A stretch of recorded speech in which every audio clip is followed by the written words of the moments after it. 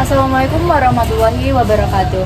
Halo teman-teman semuanya, selamat datang di podcast kelompok kami, kelompok 5. Perkenalkan, kami dari kelompok 5. Di sini pada podcast kali ini kita akan membahas tema berkaitan dengan peran pedagogis calon guru dalam mewujudkan pembelajaran yang efektif.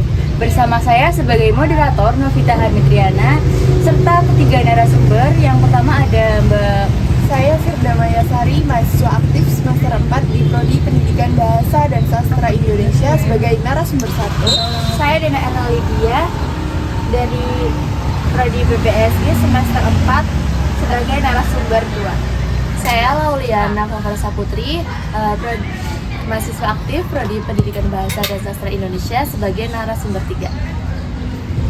Baik, yang pertama saya akan mengajukan beberapa pertanyaan kepada narasumber 1. Yang pertama, menurut Anda apakah yang dimaksud dengan pembelajaran dan mengapa pembelajaran itu penting?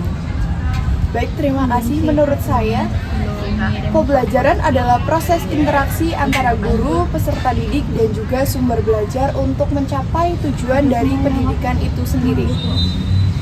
Kegiatan pembelajaran bukan hanya menyampaikan materi, tetapi juga tentang membantu siswa memahami konsep, membantu mendidik karakter siswa, dan juga mengembangkan keterampilan dari para siswa itu sendiri. Pembelajaran menjadi sangat penting karena melalui proses inilah siswa memperoleh pengetahuan, pengalaman, dan juga nilai-nilai yang ia akan peroleh dari pendidikan yang akan ia terima dari seorang guru. Oleh karena itu, seorang guru harus mampu menciptakan pembelajaran yang bermakna dan menyenangkan.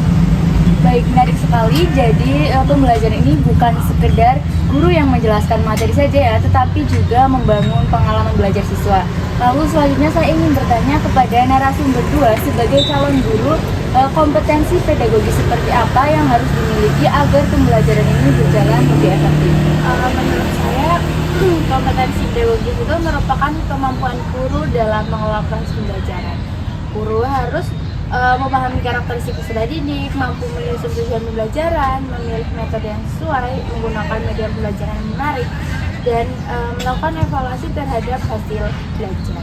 Selain itu, guru juga harus mampu menjadi fasilitator yang memberikan kesempatan kepada siswa untuk aktif bertanya, berdiskusi, dan mengemukakan pendapat. Dengan begitu, pembelajaran yang lebih interaktif dan siswa tidak hanya menjadi pendengar saja.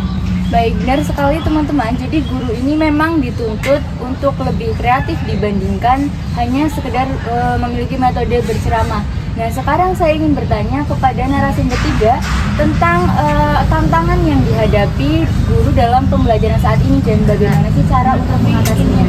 Baik, tantangan saat ini tuh cukup beragam ya, apalagi mengenai teknologi yang sekarang itu telah berkembang sangat pesat, yang mengharuskan guru itu untuk mampu memanfaatkan media digital dalam proses pembelajarannya. Lalu karakter dan kemampuan siswa di dalam kelas itu kan berbeda-beda. Nah, itu juga menjadi tantangan tersendiri guru dalam menerapkan proses pembelajaran yang mengharuskan guru itu menyiapkan banyak metode sehingga dapat mampu memenuhi kebutuhan setiap siswanya. Selain itu, motivasi belajar siswa juga menjadi tantangan tersendiri. Ada siswa yang sangat aktif di kelas, tapi juga ada beberapa siswa yang kurang aktif, sehingga itu tuh sangat jomplang jika dilihat. Untuk mengatasinya, guru itu perlu menciptakan pembelajaran yang menarik, misalnya melalui diskusi kelompok, permainan edukatif, lalu pembelajaran berbasis proyek, ataupun menggunakan media audiovisual sehingga siswa itu lebih termotivasi dalam proses pembelajaran. Baik, oke. Setelah mendengar penjelasan yang dari ketiga narasumber kita pada pagi hari ini, dapat disimpulkan bahwa pembelajaran ini merupakan proses yang sangat penting dalam dunia pendidikan. Seorang guru juga tidak hanya menjadi bertugas untuk menyampaikan materi saja, tetapi juga membimbing, memotivasi, dan menciptakan suasana yang lebih menyenangkan. Lalu sebagai calon guru, kita harus memiliki kompetensi pedagogis, mampu memahami karakter peserta didik, lalu memilih strategi pembelajaran yang sesuai agar proses pembelajaran ini dapat menjadi lebih efektif serta bermakna.